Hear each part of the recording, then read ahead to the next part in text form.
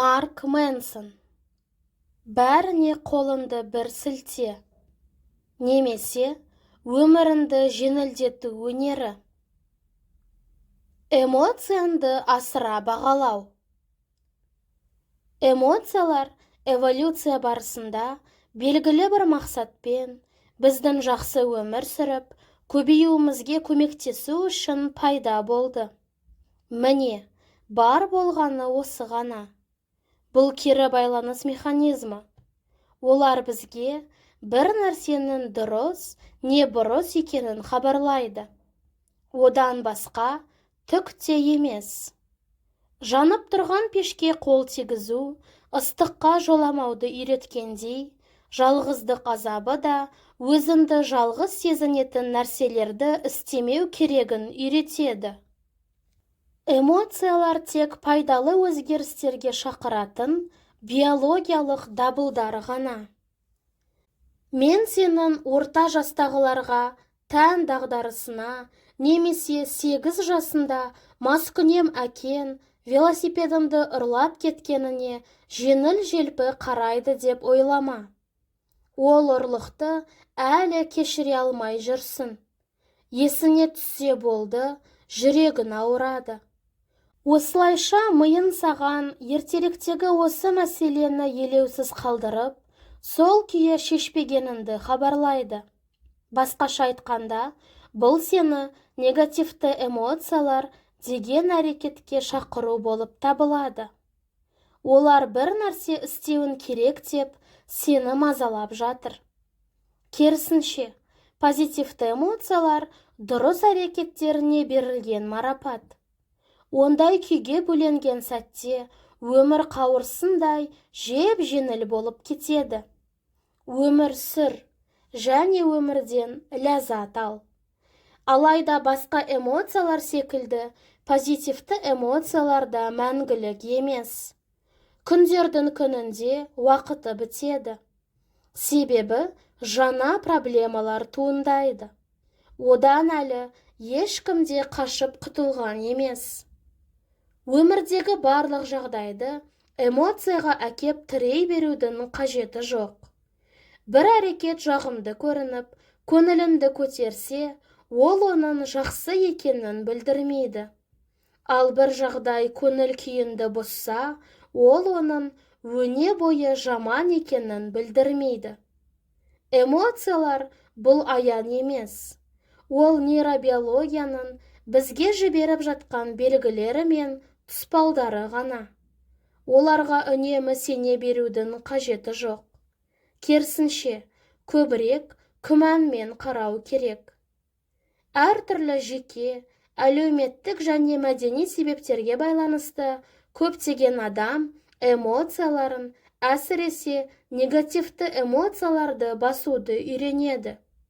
Алайда негативті эмоцияларды басу проблемаларды шешуге көмектесетін кері байланыс механизмін басу дегенді білдіреді.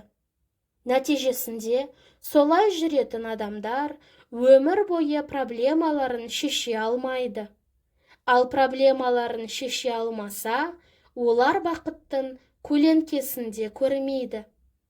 Есінде болсын, ауру мен қайғырудың да мағынасы бар. Әйтсе де, өз эмоцияларын асыра бағалап жіберетіндер де кездеседі. Олар үшін эмоциялары бәрін ақтап алады. Иә, сіздің көлігіңіздің алдыңғы әйнегін сындырдым. Өйткені қатты ашулы едім. Өз-өзімді ұстай алмадым. Енді қайт дейсіз? Колледжге бармай Аляскаға кетіп қалдым. Жай, сол жаққа барғаным дұрыс сияқты көрінді. Бірақ ақылға емес, тек эмоциялы түйсікке сүйенген шешім үнемі қате болып жатады. Бүкіл өмірін эмоцияға негіздейтін кімдер? Білгіңіз келсе айтайын. Олар 3 жастағы бала мен иттер. 3 жасар бала мен иттің не істейтінін білесің бе? Үлкен кілемді жайып жіберіп, үстіне жіберсен көресің. Оларға кілемді бүлдіру түк емес. Эмоцияларға жабысып, одан ажырай алмай қалу бір ғана қарапайым себеппен сәтсіздікке ұшырайды. Эмоциялар ұзаққа созылмайды. Бүгін сені бақытты қылған жайт, ертең саған бақыт сыйламайды. Себебі біздің биологиямыз әрқашан аз нәрсені қанағат етпейді. Бақытқа деген құмарлық сөзсіз өсіп отырады. Әрине, енді басқа нәрсеге қатысты, жаңа үй, жаңа қарым-қатынас, тағы бір перзентті болу, жалақымды көтерсе деген ұмтылысқа байланысты ұлғая түседі. Әйтсе де, сонша терлеп тепшігенін, күшеніп тырысқанын бір ғана нәрсемен аяқталады. Тағы да көңіліміз толмай қалады. Қанағаттана алмаймыз. Психологтар мұны кейде гедон тредмилі дейді. Біз өміріміздегі жағдайларды өзгерту үшін бел жазбай еңбек етеміз. Бірақ бұдан өзгеріп кеткен өмірді көре алмаймыз. Гедоникалық жүгіру жолы бұл адамның бір рахаттан кейін екінші ләззат алуға ұмтылу тенденциясы. Себебі бақыттың өзгеруі уақыт өте келе тұрақты деңгейге оралуы мүмкін. Міне сол себепті де проблемалар айналып келе береді. Одан қашып құтыла алмайсың.